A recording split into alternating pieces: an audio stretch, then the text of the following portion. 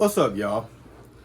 So, one of my subscribers, or should I call y'all?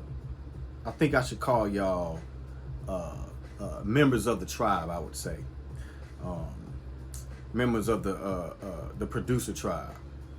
So one of the guys named Brandon Smith goes by Brandon Smith. I don't know if that's his full name, real name. I know that's his Google name. Like I said before, Google controls YouTube. So we can't be on here acting like nobody's on here anonymous. There is no anonymous users. Everybody got a Google.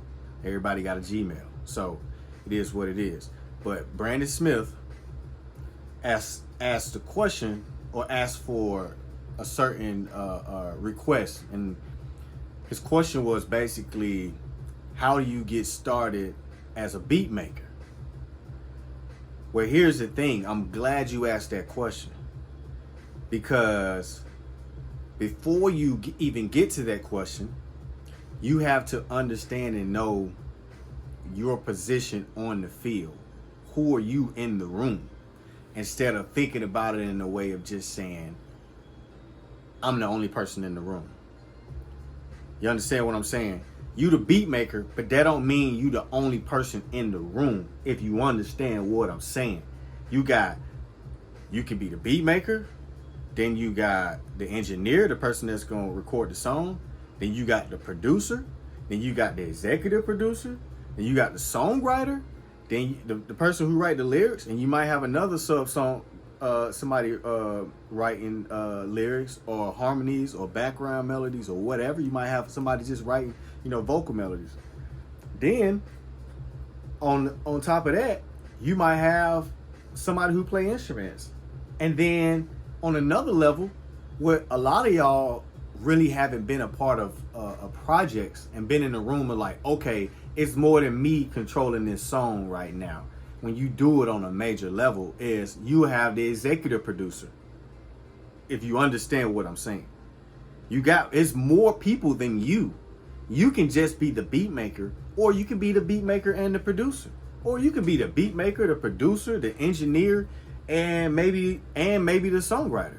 Depends on how the situation goes, and depends on what roles you play. But just being the beat maker is not a bad thing. The bad thing is just thinking you're just a beat maker. That's the bad thing. Being a beat maker is not bad on a big project. Just thinking that you're just going to be the fucking beat maker and that's going to be it and you're going to make it out the pack, that's the crime. That's what y'all ain't thinking about. I never look down on somebody who makes tracks or makes beats, because it start with that.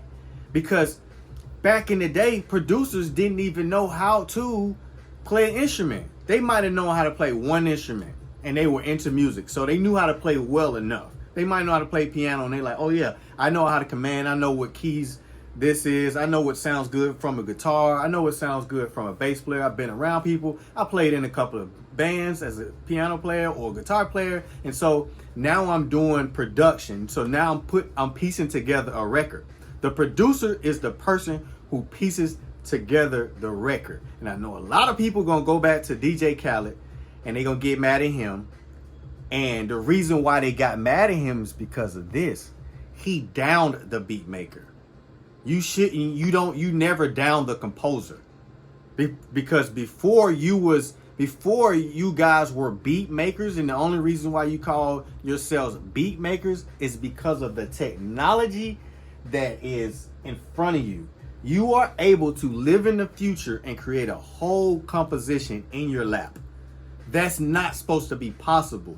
So you are a beat maker, but you're powerful. You're something new. You're something of the future, of something that somebody 50 years ago would not understand. They'll be like, what? You mean you the composer? You mean you gonna piece the music together? Because we got all the people that's playing the instruments. We got the artist, that person singing. We got the songwriter, and we got the producer. Yeah. So you the composer. You made the music, and you gonna write the sheet music. Yeah, I'm gonna do that. Okay, cool. Now that we can do that in our lap via MIDI, via VSTs, via you could put plug-in effects on everything to make different textures and different sounds. You're not supposed to be able to do that. And I say that respectfully in a good way. You understand what I'm saying? It's like LeBron. LeBron is a great scorer and he's a great passer. You know what I'm saying? He has 40,000 points plus and he has 10,000 assists plus. He's a great player and a great passer. So it's like you're not really supposed to be doing that. You know what I'm saying? Same thing with Michael Jordan. Yeah, you 6'6". You're not supposed to be one of the most powerful people on the basketball court. You're not supposed to be doing that. You know what I'm saying? You're not. We're not really supposed to be accounting for you. You know what I'm saying? We're supposed to be accounting for the big man. So things change. Time change. Everything changed. So when somebody be like, oh, you a beat maker. Oh, you a beat maker. Man, if you want to put another label on it to make yourself snap out of it, of looking down on yourself, of just knowing how to make beats, then tell people you a composer. Fuck it. Tell them no. I compose music to put lyrics to for artists to go on. If you want to tell them that, you know what I'm saying? But don't let nobody down you for just making tracks. Now, here's the next level. Understanding who you are in the room, then you can better understand how things should flow as far as you getting out of this mix of just being a beat maker. Because I told you early in the mix that you can't make it out of the pack just being a beat maker. You feel what I'm saying? You gotta graduate. You know what I'm saying? The way you graduate, you meet that first friend that's an artist that you can befriend, that you can pair up with, that both of y'all can create a bond and meet up on a consistent basis to the point to where you can make music at a rate to where even if you was working with somebody else, you would be able to know different things humanly, how to work with somebody based on you working with your friend, and then vice versa. That same person can go to another producer and get along with them because they've worked with a producer. They know how things go. They know how scheduling is. You know, oh, you probably need to eat before you come because, you know, we meet up at this time. You know what I'm saying? Or better yet, hey, what to bring with you when you come to the studio. You know what I'm saying? Even down to like learning the other person of what they like as far as like, you know, like different snacks and different treats, and then meeting up with them and bringing that and knowing that. You don't know that until you have friends, until you meet that first friend that's an artist that you do for and that you actually cater to get things done, and you want to bring the best out of them. You want to bring the best music out of them because you're counting on them to help you take your ideas to the next level. And until then, you would just walk around and you might just label yourself as a beat maker. But if you want to graduate, the way you graduate is you get out of the house, because all this online going back and forth and trying to collaborate online, that's not a real friend. You get out of the house, you befriend somebody around you, somebody that's in the physical, somebody that can physically come to your house. You can have their back, they can have yours. You know what I'm saying? Y'all can crack jokes, y'all can make magic moments to make music. Because if you make magic moments, you make great music. If you make all those moments where you laughing in the studio, you doing those takes and the takes ain't going right, but you cracking jokes and you getting to know each other and you making those moments don't come easy. Those moments don't come, they're priceless. Some of you guys don't realize that, and I'm not talking about all you guys. You know what I'm saying? I'm not talking about my people that's working with artists, but I'm talking about some of you guys don't realize that just knowing that person has your back is enough for you to make moves in the music to make better music. You know what I'm saying? Being able to call that person, hey man, I got this idea for this, man, blah blah blah blah blah. Being able to, you know what I'm saying, even sharing personal stuff, learning how to be empathetic to different people's situations. You know what I'm saying? Because everybody is going through something. So it's a lot to it, but in those magic moments is where you get the magic music. That's where you get that's where you get your music from. That's when you graduate from, you don't even feel like a beat maker no more. You know what I'm saying? Even somebody called you a beat maker, you wouldn't even feel bad about it because you like, yeah, I'm a beat maker, but you know, I got some songs, and you'll you'll relish in it. Because you know you got friends. You know it ain't just you in the fucking room either. Even if you was to say, oh, what you do? Yeah, I just make beats. But guess what? I got my songwriter right here, and this is my artist right here, and guess what? This is my executive producer right here, and this my bass player right here. Oh yeah, hey, guess what? Let me introduce you to my camera guy. He does all our videos. Yeah, so if I just do the beats, I won't feel bad about just doing the beats. If it's 3, 4, 5 different people doing different tasks, you won't feel bad. So when you're a part of something bigger than yourself, you become selfless, and that's when you include other people. So when you meet that first friend and y'all become a tag team and they are artists, they can offer you something outside of production. I'm not talking about collaborating with other beat makers, because that's cool when you have an artist and you like, hey, I know this other beat maker that you might have met, you might have collaborated with, but you want to become beyond just a beat maker, just collaborating with beat makers. But if you know that person got special skills, like say they make tracks like they beats is like some 90s goddamn hip hop. That shit on some, like, that shit really hitting. You know what I'm saying? You like, I need that. I can do that, but I like his shit. But I'm gonna bring him on this project, on this R&B song for this artist, because they gonna get something outside of the norm, and we gonna create a whole new mixture of sound. Because it's gonna be something from him, it's gonna be pieces from me, it's gonna be pieces from the artist, it's gonna be pieces from the songwriter. So when you making something bigger than yourself, you understand that it's bigger than yourself. You doing something selfless. That's when songs sound big. You know them songs that y'all like, damn, that shit just sound huge. Look at the credits. Look at the credits from songs that's big back in the 90s. Just look at the credits. You know what I'm saying? And I'm not saying, you know, because, you know, like I say, I love my samplers. I'm not saying the songs that people sampled that had the sample in it and they had percussion and they had a bass over. It might have been one person in MC. That's what makes hip hop so great.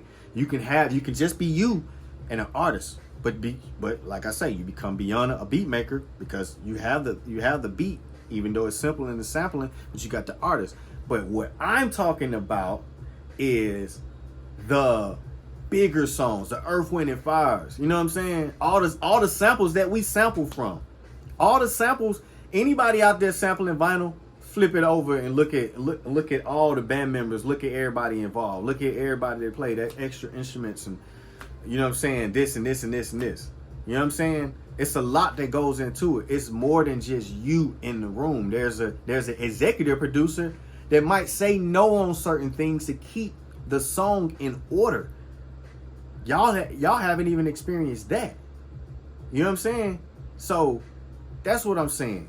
You gotta become beyond just being a beat maker if you don't want to just be labeled a beat maker. But if you a beat maker, don't look down on yourself. Because the magic is just getting started. Now it's up to you to take it to the next level. Meet that first friend, and become friends with them. They're an artist. Guess what?